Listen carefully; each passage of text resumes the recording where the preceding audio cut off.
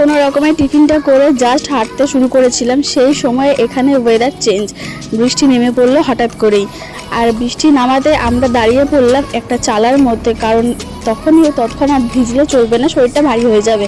তো যার জন্য আমরা এই চালার এখানে দাঁড়িয়েছিলাম। আর এখানে প্রচুর মানুষ দাঁড়িয়ে রয়েছে। আমাদের কাছে রেনকোট থাকা সত্ত্বেও আমরা তখন রেনকোটটা ইউজ করিনি, কারণ আমাদের আবারও ফিরতে হবে, এখনই ময়লা করে দিলে চলবে না।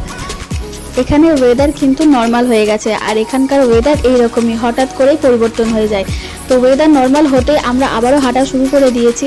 আর এখন যে শর্টকাটটা আমরা মারছি সেটা তো প্রচণ্ড খাড়াই শর্টকাট।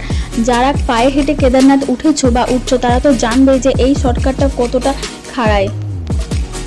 তো এগুলো হচ্ছে শর্টকাটটাই আমরা মেনলি বেছে নিলাম যাতে তাড়াতাড়ি হয়। কোন দিকে যাবো?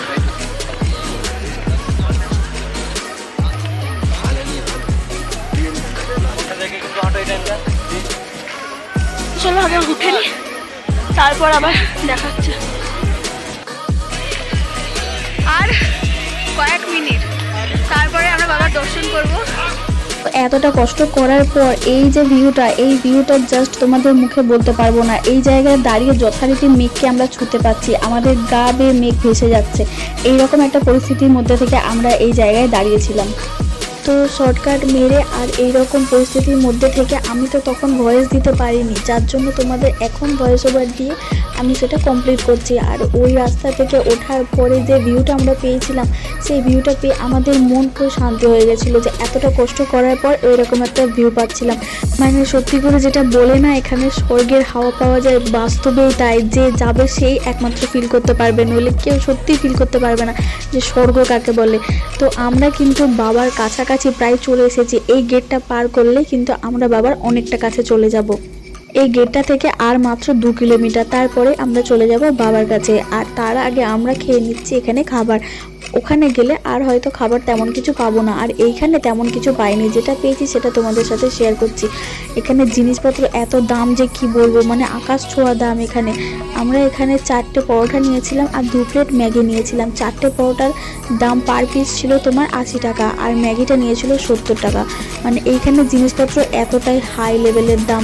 আর একটা জলের বোতল সেটা তোমার 100 টাকা, 120 টাকা এইরকম জলের বোতল। মানে সমস্ত জিনিসের এত দাম যে ধারণার বাইরে। সব শেষে এতটা কষ্টের ফল আজ আমাদের চোখের সামনে আমরা বাবার মন্দিরের চূড়া দেখতে পেয়েছি। আর এখন যে ওমটা তোমাদের দেখাচ্ছি সেটা মাত্র 2 বছর হয়েছে এখানে করা হয়েছে।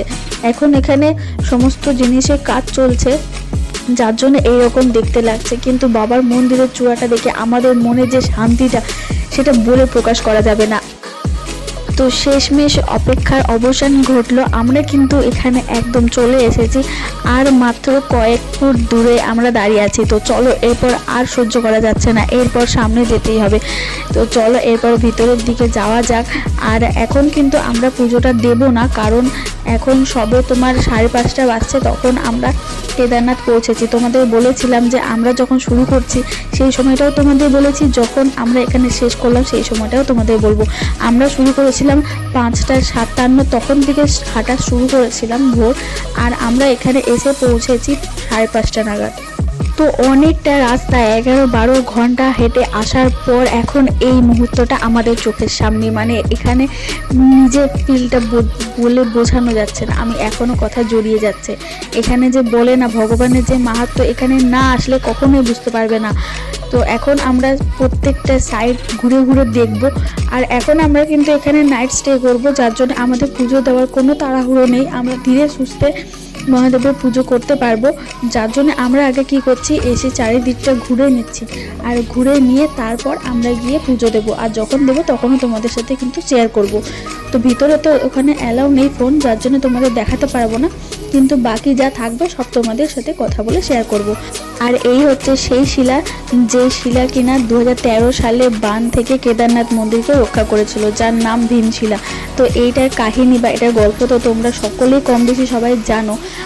এখানে কিন্তু এখন সন্ধ্যা আরতি হবে বলে তার জন্য এখানে সমস্ত মানুষের দেখেছো যে ভিড় এখানে জড়ো হয়েছে। আর সামনে যে সন্ন্যাসী বাবা রয়েছে তিনি কিন্তু চারিদিকটা প্রদর্শন করে করে সকলকে এন্টারটেন করছিল, আর এটা কিন্তু বেশ ভালোই লাগছিল। আর এখানে কিন্তু সন্ধে হয় প্রায় তোমার 8:30 নাগাদ সন্ধে হয়। এখন তোমার এখানে বাজছিল, আমাদের যখন এসেছিলাম তখন তো বাজছিল 5:30, তারপরে চারিদিকটা ঘুরতে ঘুরতে ঘুরতে ঘুরতে প্রায় 7:30 এরকম বেজে গেছিলো। তো তখনও কিন্তু এখানে দেখো সন্ধে হয়নি, এখনো তোমার আলো ফুটে রয়েছে। তো চলো এরপর তোমাদের সন্ধে আরতিটা দেখায় আর এখানকার যে মাহলটা সেটাও তোমাদের শোনাই।